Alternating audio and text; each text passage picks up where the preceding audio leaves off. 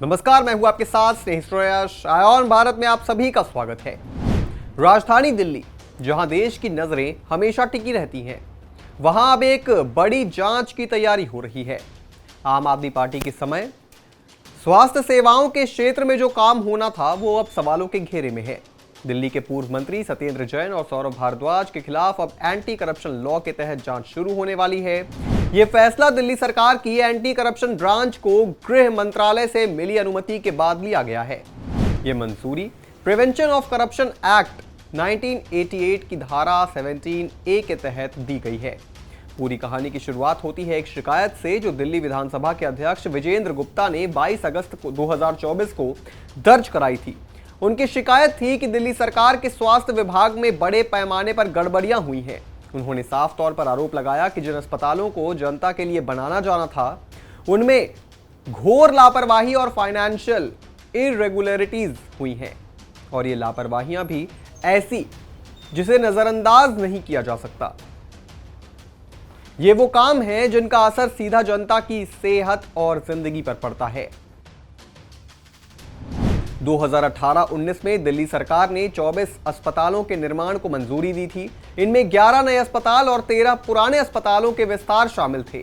कुल लागत तय की गई थी 5,590 करोड़ रुपए।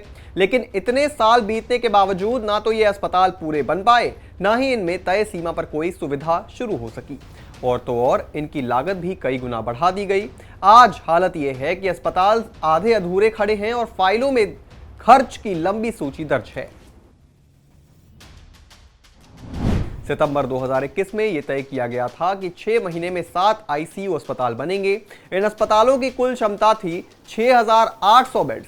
इसके लिए 1,125 करोड़ रुपए मंजूर किए गए थे, लेकिन 2025 आ गया और अभी भी सिर्फ आधा काम हुआ है। इस बीच खर्च बढ़कर 800 करोड़ रुपए तक पहुंच गया है। लोगों को इलाज मिलने की जगह आज इंतजार करना पड़ रहा है। लोकनायक जयप्रकाश अस्पताल, जिसे दिल्ली के सबसे प्रमुख अस्पतालों में से एक माना जाता है, उसका नया ब्लॉक एक बड़ा उदाहरण बन गया है। शुरुआत में इसकी लागत तय हुई थी करीब 465 करोड़ रुपए। अब यह आंकड़ा बढ़कर 1125 करोड़ रुपए के पार चला गया है, यानी एक इमारत पर ही लगभग 3 गुना खर्च बढ़ गया। दिल्ली में 94 पॉलीक्लिनिक खोलने का सपना दिखाया गया था। इनका मकसद था कि हर मोहल्ले और हर गली तक इलाज की सुविधा पहुंचाई जा सके। इस परियोजना पर शुरुआत में 168 करोड़ रुपए खर्च होने थे, लेकिन अब तक सिर्फ 52 पॉलीक्लिनिक ही बन पाए हैं, और इस पर भी 220 करोड़ रुपए खर्च हो चुके हैं, यानी आधे काम पर पूरा पैसा खर्च हो गया।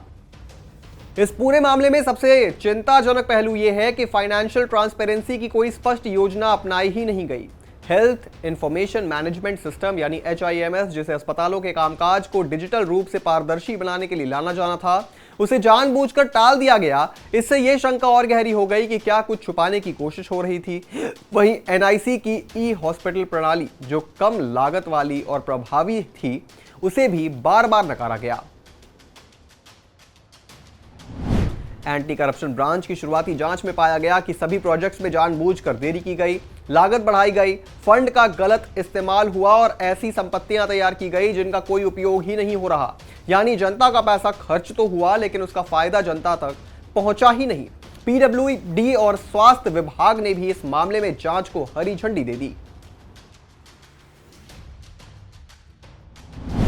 जांच अब तेज होगी। गृह मंत्रालय से मिली अनुमति के बाद एंटी करप्शन ब्रांच को अधिकार मिल गया है कि वो पूर्व मंत्रियों समेत सभी जिम्मेदार अधिकारियों की भूमिका की गहराई से जांच कर सके। ये एक लंबी प्रक्रिया होगी, लेकिन लोगों की उम्मीद है कि सच्चाई जरूर सामने आएगी। ये कहानी सिर्फ किसी घोटाले की नहीं, बल्कि उस भरोसे की है जो जनता ने चुनी हुई सरकार पर जताया था। अब जिम्मेदारी है जांच एजेंसियों की कि वो इस भरोसे को टूटने से बचाएं। इस पूरी खबर पर आप क्या सोचते हैं दोस्तों, कमेंट बॉक्स में जरूर लिखते जाइएगा। देश और दुनिया की तमाम बड़ी खबरों से जुड़े रहने के लिए आप देखते रहें आयोन भारत।